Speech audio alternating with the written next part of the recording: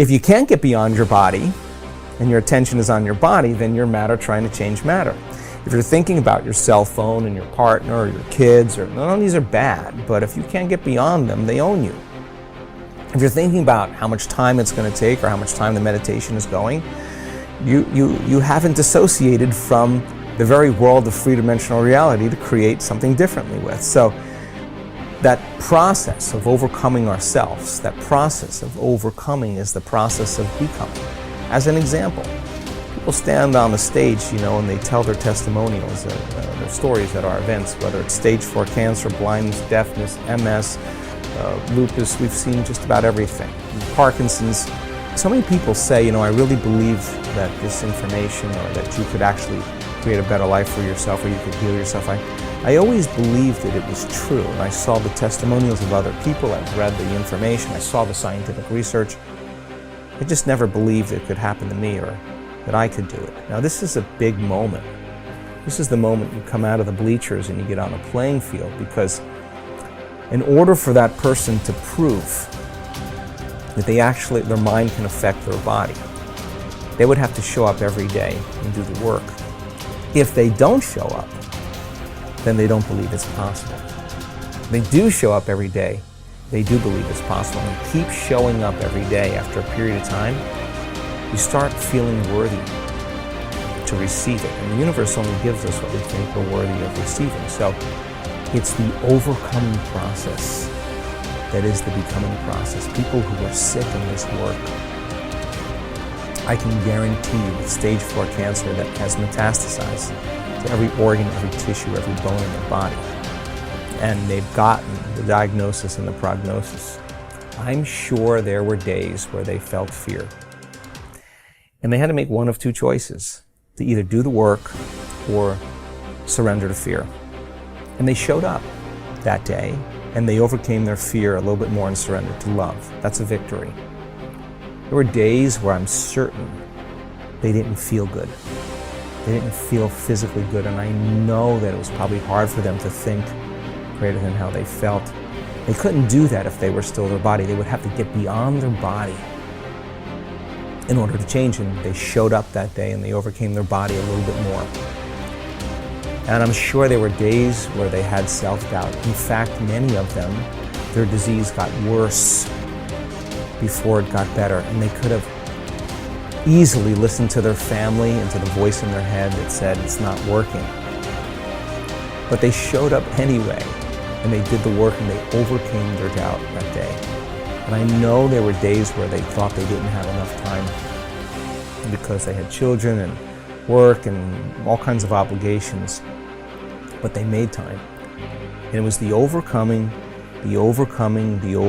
that actually created the becoming. And so they weren't visualizing anything. They weren't affirming anything.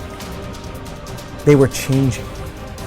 Now, many of them would have a great meditation, get up feeling wonderful, feeling like connected to the emotions of their future, and their sleeping patterns got better, had more energy, their pain diminished, but their blood values and their scans were still the same. They didn't say, oh, well, I kind of got a little bit better, but this doesn't work. That would be the old self, returning back to the old personality. They were more concerned about what they still had to change about themselves in order for their health to change. So they realized that many of them, 1 hour of meditation and feeling wonderful, and then spending 15 hours of your remaining day reacting and responding to everyone and everything in your life and believing those thoughts that are just hardwired programs in the brain and acting and behaving like the old self. Genes aren't going to change that way, so all of a sudden now it became practical. I got to get so good at doing this with my eyes closed that I got to do it with my eyes open. Now, this is the big game, because you got to be able to self-regulate. And so what became very practical to them is, now I'm going to rehearse how I'm going to be on the Zoom call. Now I'm going to rehearse how I'm going to be with my children, how I'm going to be with my ex. I'm going to monitor my responses. There's got to be a better way to be. Now the game becomes very real, right? And then they review at the end of the day, when did I fall from grace? When did I lose it? When did I go unconscious? Tomorrow's another lifetime. Tomorrow's when I didn't fail, I just went unconscious. Okay, tomorrow I'm gonna just work on that one thing. So now they're really working on the process of transformation. It's no longer about their health condition. They're not focused on their health condition. They're focused on change, right? And nothing changes in our life until we change. So when you hear those stories and the person has to really overcome their belief that this could work for everybody else, they just never believed it could work for me. When they get really super aware that the game is about change, and they got to get really good at doing it with their eyes open, and they have to monitor their responses to everyone and everything in their life, because if they don't, the response is actually weakening the organism. They got to catch their thoughts, because that thought that they let slip by could actually knock their brain and body out of homeostasis and turn on the stress response. So now the game changes now, and it takes an enormous amount of energy, and it takes an enormous amount of awareness. And it's not easy, and if it was easy, everybody would be doing it. But you ask that person who stands on the stage, that's the 4-minute mile, about their disease. They'll tell you two things. My disease was my greatest teacher. They'll tell you that. And you'll ask them, where's the disease now? Where is it? They'll say, it's in the old person. I'm somebody else. They didn't visualize anything. They didn't affirm anything. They just kept practicing overcoming. And it's the overcoming process that actually affects the becoming process. What determines the difference in human actions? Throughout my life, I have passionately sought the answer to these questions. One thing is clear to me. Human beings are not random creatures. Everything we do for a reason. We may not be aware of the reason consciously, but there is undoubtedly a single driving force behind all human behavior. This force impacts every facet of our lives, from our relationships and finances to our bodies and brains. What is this force that is controlling you even now and will continue to do so for the rest of your life? Pain and pleasure. Everything you and I do, we do either out of our need to avoid pain or our desire to gain pleasure. So often, I hear people talk about changes they want to make in their lives, but they can't get themselves to follow through. They feel frustrated, overwhelmed, even angry with themselves because they know they need to take action, but they can't get themselves to do it. There is one elementary reason. They keep trying to change their behavior, which is the effect, instead of dealing with the cause behind it. Understanding and utilizing the forces of pain and pleasure will allow you once and for all to create the lasting changes and improvements you desire for yourself and those you care about. Failure to understand this force dooms you to a future of living in reaction like an animal or a machine. Perhaps this sounds like a complete oversimplification, but think about it. Why don't you do some of the things you know you should do? After all, what is procrastination? It's when you know you should do something, but you still don't do it. Why not? The answer is simple. At some level, you believe that taking action in this moment would be more painful than just putting it off. Yet, have you ever had the experience of putting something off for so long that suddenly you felt pressure to just do it, to get it done? What happened? You changed what you linked pain and pleasure to. Suddenly not taking action became more painful than putting it off. A man who suffers before is necessary, suffers more than is necessary. What keeps you from approaching that man or woman of your dreams? What keeps you from starting that new business you've been planning for years? Why do you keep putting off that diet? Why do you avoid completing your thesis? Why haven't you taken control of your financial investment portfolio? What prevents you from doing whatever it takes to make your life exactly as you've imagined it?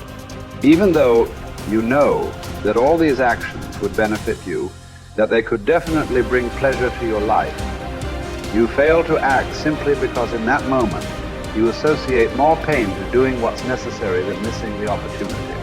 After all, what if you approached that person and they rejected you? What if you tried to start that new business but failed and lost the security you have in your present job? What if you started a diet and went through the pain of starving yourself, only to gain the weight back eventually anyway?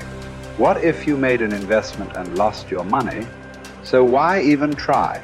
For most people, the fear of loss is much greater than the desire for gain, which would drive you more. Keeping someone from stealing the $100,000 you've earned over the last 5 years, or the potential of earning $100,000 in the next 5. The fact is that most people would work much harder to hang on to what they have than they would to take the risks necessary to get what they really want from their lives. The secret of success is learning how to use pain and pleasure instead of having pain and pleasure use you. If you do that, you're in control of your life. If you don't, life controls you. If we link massive pain to any behavior or emotional pattern, we will avoid indulging in it at all costs. We can use this understanding to harness the force of pain and pleasure to change virtually anything in our lives, from a pattern of procrastinating to drug use. How do we do this? Let's say, for example, you want to keep your children off drugs. The time to reach them is before they experiment and before someone else teaches them the false association that drugs equal pleasure. My wife and I decided that the most powerful way to make sure our kids would never use drugs was to cause them to link massive pain to drugs. We knew that unless we taught them what drugs were really about, someone else might convince them that drugs were a useful way of escaping pain. If we fail to direct our own associations to pain and pleasure, we're living no better than animals or machines, continually reacting to our environment, allowing whatever comes up next to determine the direction and quality of our lives. Our behavior, both conscious and unconscious, has been rigged by pain and pleasure from so many sources. Childhood peers, moms and dads, teachers, coaches, movie and television heroes, and the list goes on. You may or may not know precisely when programming and conditioning occurred. It might have been something someone said, an incident at school, an award-winning sports event, an embarrassing moment, straight as on your report card, or maybe failing grades. All of these contributed to who you are today. I cannot emphasize strongly enough that what you link pain and pleasure to will shape your destiny. As you review your own life, can you recall experiences that formed your neuro-associations and thus set in motion the chain of causes and effects that brought you to where you are today? What meaning do you attach to things? If you're single, do you look upon marriage wistfully as a joyous adventure with your life mate? Or do you dread it as a heavy ball and chain? As you sit down to dinner tonight, do you consume food matter? Of factly as an opportunity to refuel your body? Or do you devour it as your sole source of pleasure? Men, as well as women, are much oftener led by their hearts than by their understandings. Though we'd like to deny it, the fact remains that what drives our behavior is instinctive reaction to pain and pleasure, not intellectual calculation. Intellectually, we may believe that eating chocolate is bad for us, but we'll still reach for it. Why? Because we're not driven so much by what we intellectually know, but rather by what we've learned to link pain and pleasure to in our nervous system. It's our neuro-associations, the associations we've established in our nervous systems that determine what we'll do. Although we'd like to believe it's our intellect that really drives us, in most cases our emotions. The sensations that we link to our thoughts are what truly drive us. Many times we try to override the system. For a while we stick to a diet. We finally pushed ourselves over the edge because we have so much pain. We will have solved the problem for the moment. But if we haven't eliminated the cause of the problem, it will resurface. Ultimately, in order for a change to last, we must link pain to our old behavior and pleasure to our new behavior and condition it until it's consistent. Remember, we will all do more to avoid pain than we will to gain pleasure. Going on a diet and overriding our pain in the short term by pure willpower never lasts simply because we still link pain to giving up fattening foods. For this change to be long-term, We've got to link pain to eating those foods so that we no longer even desire them, and pleasure to eat more of the foods that nourish us. People who are fit and healthy believe that nothing tastes as good as thin fields, and they love foods that nourish them. In fact, they often link pleasure to pushing the plate away with food still on it. It symbolizes to them that they're in control of their lives. The truth is that we can learn to condition our minds, bodies, and emotions to link pain or pleasure to whatever we choose. By changing what we link pain and pleasure to, we will instantly change our behaviors. With smoking, for example, all you must do is link enough pain to smoking and enough pleasure to quitting. You have the ability to do this right now, but you might not exercise this capability because you've trained your body to link pleasure to smoking, or you fear that stopping would be too painful. Yet, if you meet anyone who has stopped, you will find that this behavior changed in one day. The day they truly changed what smoking meant to them,